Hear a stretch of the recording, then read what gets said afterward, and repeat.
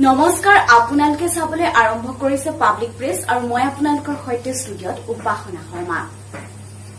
বন্ধনৰ বান্ধোনে যেন বহুতৰ জীৱনত কঢ়িয়াই আনিছে আশাৰ বতৰা।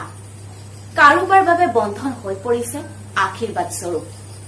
বন্ধন বেংকৰ সহযোগী সংস্থা বন্ধন কন্নগৰে অতি দৰিদ্ৰ সহায়ক আঁচনিৰ যোগেদি অতি দৰিদ্ৰ মহিলাসকলক বিনামূলীয়াভাৱে এককালীন সাহায্যৰ লগতে ব্যৱসায়িক সামগ্ৰী প্ৰদান কৰি স্বাৱলম্বী কৰাৰ বাবে লৈ আহিছে আশাৰ নতুন বতৰা।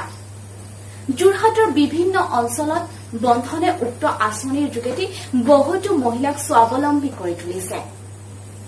মন কৰক বন্ধন বেংকৰ সহযোগী সংস্থা বন্ধন কন্নগৰৰ এই সুন্দৰ প্ৰয়াস।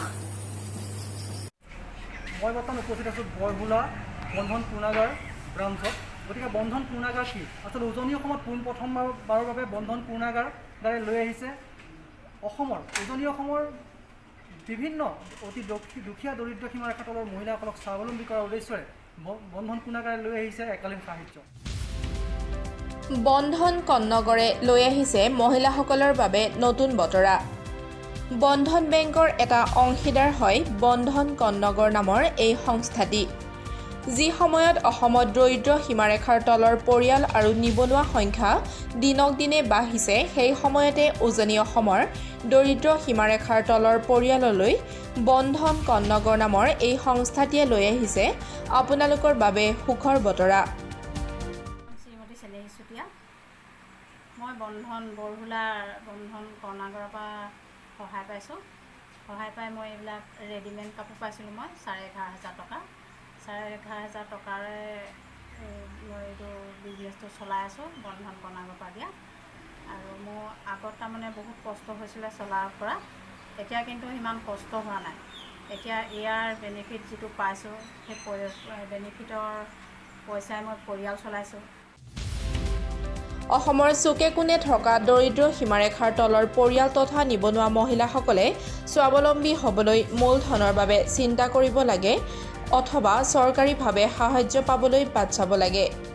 কিন্তু এতিয়া মহিলাসকলে চৰকাৰলৈ বাট চোৱাৰ প্ৰয়োজন নাই, কাৰণ বন্ধন কন্নগৰে লৈ আহিছে আপোনালোকক স্বাৱলম্বী হ'বলৈ এককালীন সাহায্য। অফিচৰ পৰা আমি সাহায্য পাইছোঁ। আগতে বহুত অসুবিধা আছিল চলাত, এতিয়া সুবিধা পাই আমাৰ বহুত ভাল লাগিছে আৰু চলিবও পাৰিছোঁ। 2 টকা বেংকত থৈছোঁ আৰু কাপোৰ কানি বৈ বিকা কিনা কৰি আছোঁ। বৰ্তমান যোৰহাটত বন্ধন কন্নগৰে এই মহিলাসকলক স্বাৱলম্বী কৰাৰ উদ্দেশ্যেৰে আৰম্ভ কৰিছে এককালীন সাহায্য। বন্ধন কন্নগৰে যোৰহাট, তিতাবৰ, বৰহুলা প্ৰায় অঞ্চলত 4,000 মহিলাক তাঁতশাল, গছাৰী, কাপোৰৰ দোকান ইত্যাদি এককালীন সাহায্য দি স্বাৱলম্বী কৰিবলৈ সক্ষম হৈছে বন্ধন কন্নগৰ। মই বন্ধন পূৰ্ণাগাৰৰ পৰা সাহায্য এটা পাইছোঁ।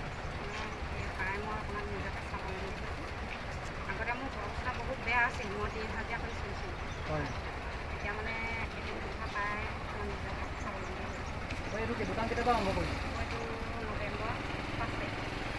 বন্ধনে কিমান টকা সহায় কৰিম? বন্ধনে মোক 18,500 টকা দিছোঁ। এতিয়া আপুনি বন্ধন পূৰ্ণাগাৰক কি ক'ব, আপুনি কি জনাব আপুনি? মই বহুত ভাল পাইছোঁ, মানে হয় মই নিজকে স্বাৱলম্বী হৈছোঁ। আপোনাৰ দৰে মহিলাসকলক আপুনি কি ক'ব এতিয়া? তেখেতলোকৰ এনেকৈ কষ্ট কৰি কিবা এটা নিজকে পৰিশ্ৰম কৰি সহায় কৰোঁ, তেওঁলোকৰ স্বাৱলম্বী মই আশা কৰিছোঁ। বন্ধন কন্যাগৰ বন্ধন কন্যাগৰ আচলতে এই এটা হ'ল বন্ধনৰ এটা অংশ।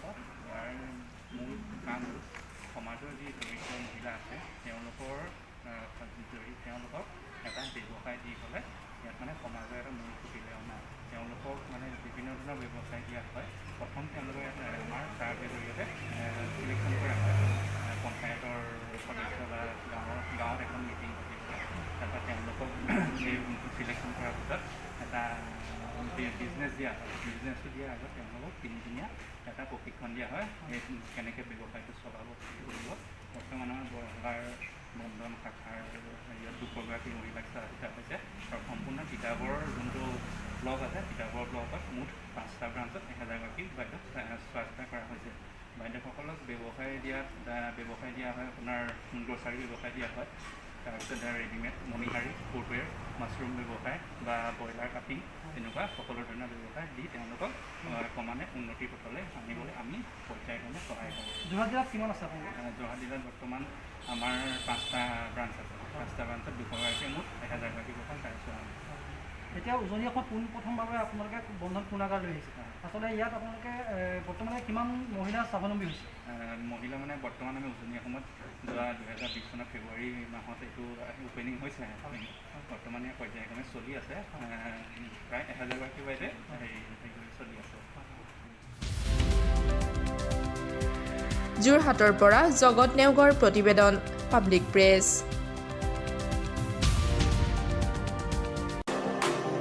পাব্লিক প্ৰেছ, নামেই যাৰ পৰিচয়, ৰাইজৰ কাষত ৰাইজৰ বাবে আৰু ৰাইজেই যাৰ পৰিচালনা শক্তি। আপোনালোকে চাই আছে পাব্লিক প্ৰেছ, নিৰ্ভীক জনতাৰ কণ্ঠ।